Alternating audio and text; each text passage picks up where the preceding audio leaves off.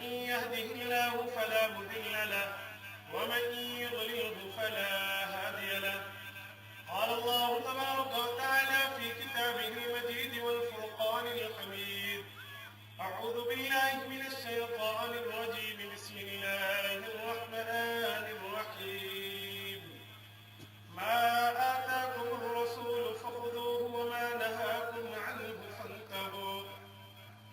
عن ابن عاص رضي الله تعالى عنه قال: قال رسول الله صلى الله عليه وسلم: إذا حكم الحاكم فاجتهد وأصاب له أجران، وإذا اجتهد وإن اخطأ له أجر، أو كما قال عليه الصلاة والسلام. صدق الله العظيم وبلغنا رسوله النبي الأمي الكريم، ونحن على ذلك لمن الشاهدين والشاكرين، والحمد لله رب العالمین. جا زندگی مدینہ سے جھونکے ہوا کے لا، جا زندگی مدینہ سے جھونکے ہوا کے لا، شاید کہ حضور خفا ہے منا کے لا. کچھ ہم بھی اپنا چہرہ باطن سنوارے لیں، ابو بکر سے وہ آئین عشق و وفا کے لا. دنیا مسلمہ پر بہت ہی تنگ ہو گئی، فاروق اعظم کے دور کے وہ نقشے اٹھا کے لا. جن سے گناہ نے ہمیں محروم کر دیا، عثمان کی ذات کے غزاوی شرم و حیا کے لا. مغرب کی گلیوں میں مارا مارا نہ پھر اے گدائے علم، جا اور باب علم سے خیرات جا کے لا. معزز سامعین، مسلک اہل سنت والجماعت سے تعلق رکھنے والے ضلع بنوں کے غیرت مند بزرگ مسلمان بھائیوں، حضرت بھائی قاری سیف الدین امیر اتحاد اہل سنت والجماعت ضلع بنوں کی دعوت بالخلوصہ پر آپ حضرات کی خدمت میں حاضری کا شرف حاصل ہو رہا ہے. مجھے اسٹیج کی طرف سے حکم ہوا ہے کہ میں علماء دیوبند اور قرآن اور حدیث ان کا آپس میں تعلق بیان کروں. میرے بھائیوں، اگر آپ حضرات نے توجہ رکھی تو میں انشاءاللہ وعدہ کرتا ہوں میں نے آپ کا وقت ضائع نہیں ہوگا. نوجوان آدمی ہو، نوجوان باتیں کرنے کا عادی ہو، لیکن کرتا اس وقت ہو جب سامنے چہروں پر بھی جوانی چھلک رہی ہے. میں کوشش کروں گا کہ آپ کا وقت ضائع نہ ہو. میں نے قرآن کریم سورت حشر آیت نمبر 7 آپ کے سامنے تلاوت کی ہے. گلدستہ احادیث انبیاء میں بخاری جلد 2 صفحہ 1092 سے حضرت عمرو بن عاص رضی اللہ تعالیٰ عنہ کی مروی کردہ روایت کو پڑھا ہے. میں اس آیت اور اس حدیث کی روشنی میں شریعت اور علماء دیوبند کے عنوان سے آپ حضرات کی خدمت میں بات کروں گا.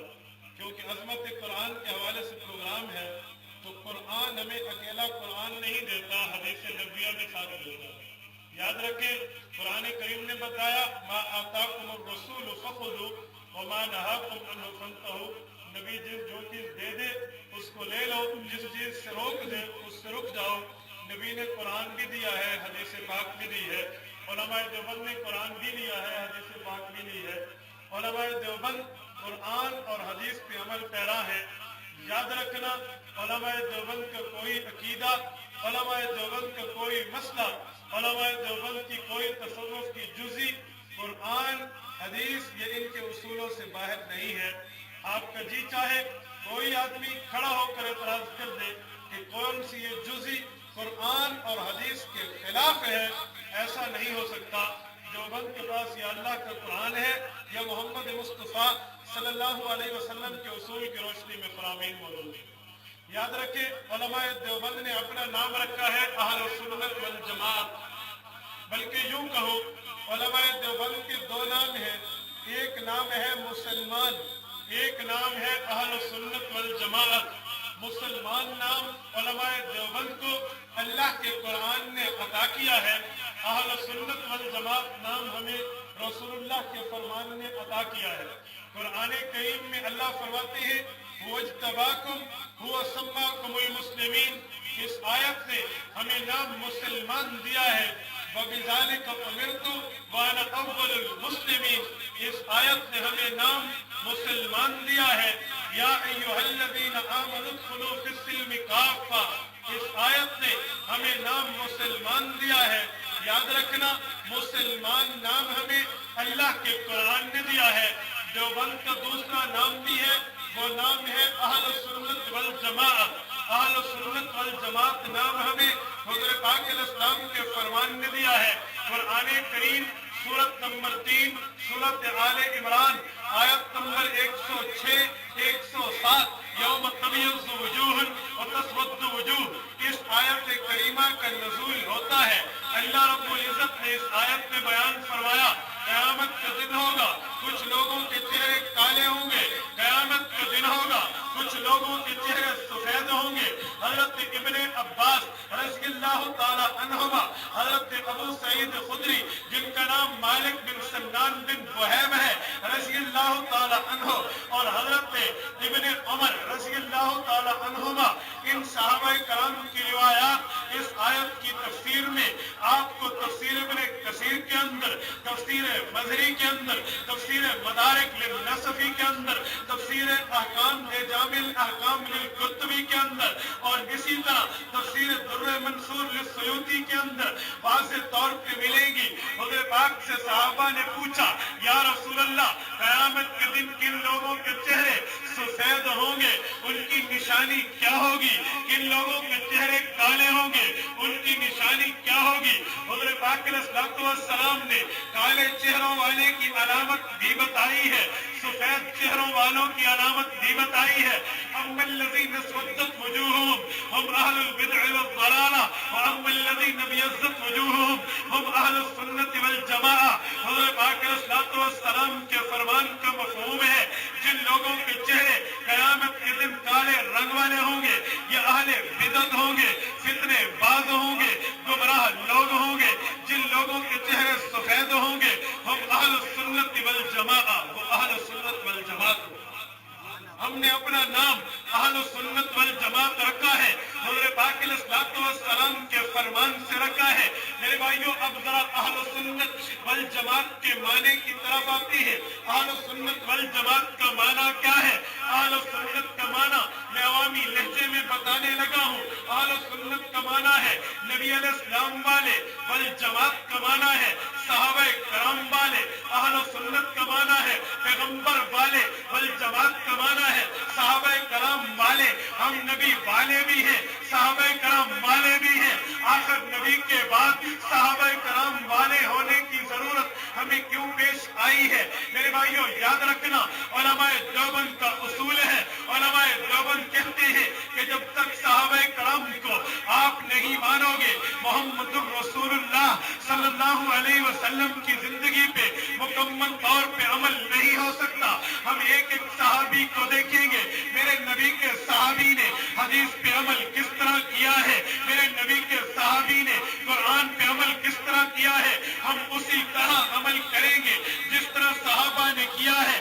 علماء دیوبند کے اس دعوے پہ شریعت علماء دیوبند کو تنہا نہیں چھوڑتی، بلکہ دیوبند کے دعوے پہ شریعت کی پہلی دلیل اللہ کا قرآن یوں جواب دیتا ہے، ما آتاکم الرسول کے بعد اللہ رب العزت نے امت مسلمہ کی ہدایت کا ذریعہ بنایا وہ صحابہ کرام کی ذات ہے۔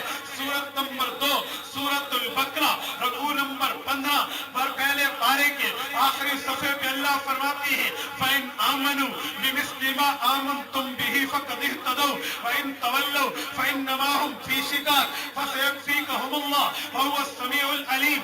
لوگوں ایمان لانا ہے، ایمان جن کی طرح لاؤ گے اس جماعت کا نام جماعت صحابہ ہے۔ ایمان جن کی طرح رکھو گے اس جماعت کا نام شاگردان پیغمبر ہے۔ صحابہ کرام جیسا ایمان لاؤ گے تمہارا ایمان مانا جائے گا۔